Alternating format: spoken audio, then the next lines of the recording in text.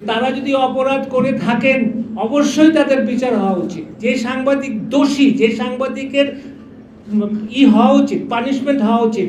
আমরা সরকারের পক্ষে থাকবো। এখন যে ব্যাপারটা আমি সত্যিকার অর্থে উদ্বেগ প্রকাশ করছি সেটা হচ্ছে যে বর্তমানে 266 জন সাংবাদিকের বিরুদ্ধে হত্যা অথবা ভায়োলেন্ট কোনো ক্রাইমের মামলা চলছে। এটা কিভাবে সম্ভব? ডিজিটাল আইনেও 200-র মতন বোধহয় বা কিছু বেশি সাংবাদিক হয়েছিল, 266 সাংবাদিক আজকে খুনের মামলা অথবা ভায়োলেন্ট ক্রাইমের আসামি। এটা আমি সাংবাদিকতা এবং আপনাদের সবাইকে বলছি, এটা আমাদের অসম্মানের কারণ। এটার অর্থ এই নয় যে কেউ কোনো দোষ করেনি।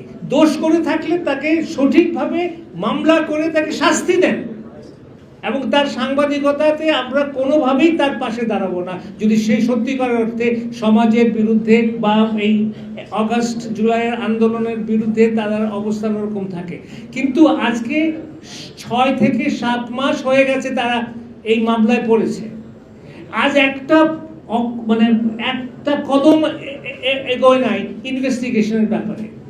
তো এটা আমি সরকারকে ধন্যবাদ জানাই যে ওই সাংবাদিকদেরকে অ্যারেস্ট করা হয়নি, কিন্তু ওই সাংবাদিকরা তো একটা রেপুটেশনাল হার্মের মধ্যে পড়েছে। তারা তো তাদের দৈনন্দিন জীবন এখন তো বলতে পারেন যে একটা ভয়ের মধ্যে থাকে। তারা মব জাস্টিসের জাস্টিস হতো মব আক্রমণের তারা ভয় থাকে, এবং এরকম দু একটা ঘটনা ঘটেছে।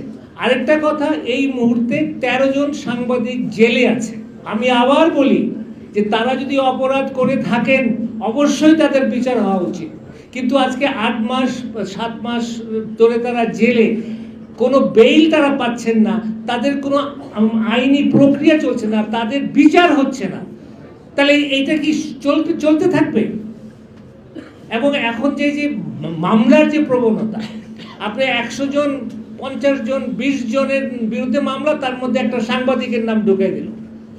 আমি অনুরোধ করতে চাই সরকারকে, সরকার বিশেষ করে আইন উপদেষ্টা বলেন আমাদের কিছু করার নাই, জনগণের অধিকার আছে তাদের মামলা করার অধিকার, আমি মেনে নিলাম মামলা করার অধিকার। বাট কোনো আইনের যদি অপপ্রয়োগ হয়, কোনো আইনের যদি মিসইউজ হয়, তাহলে কি সরকার কিছু করবে না? সেখানে আমার বড় প্রশ্ন, এবং আমার কংক্রিট প্রস্তাব হচ্ছে যে সরকারের হয়তো অনেক ব্যস্ততার জন্য এই 266 সাংবাদিকের কেস তারা হয়তো দেখতে পাচ্ছে না, বাট তারা র্যান্ডামলি 10-15টা কেস দেখুক না, যেখানে 20-25 জন সাংবাদিকের মধ্যে 20-25 জন আপনার অভিযুক্তের মধ্যে 1-2 সাংবাদিকও আছে, দেখুক না সরকার। এবং তারা যদি 1টা 2টা 5টা দৃষ্টান্ত পায় যে সাংবাদিকদের যে মামলাটা মিথ্যা মামলা, তারা কেন একটা পদক্ষেপ নেবে না? বারবার বলা যে আমাদের কিছু করণীয় নাই, আমাদের কিছু করণীয় নাই। আমি মনে করি এটা যারা এই মামলা দিয়ে সাংবাদিকদেরকে হেনস্থ করছে তাদেরকে আরো বলিষ্ঠ করা হয়। আমি এটার খুব তীব্র নিন্দা জানাচ্ছি। আমি দাবি করছি যে সরকার সাংবাদিকদের পাশে দাঁড়াক।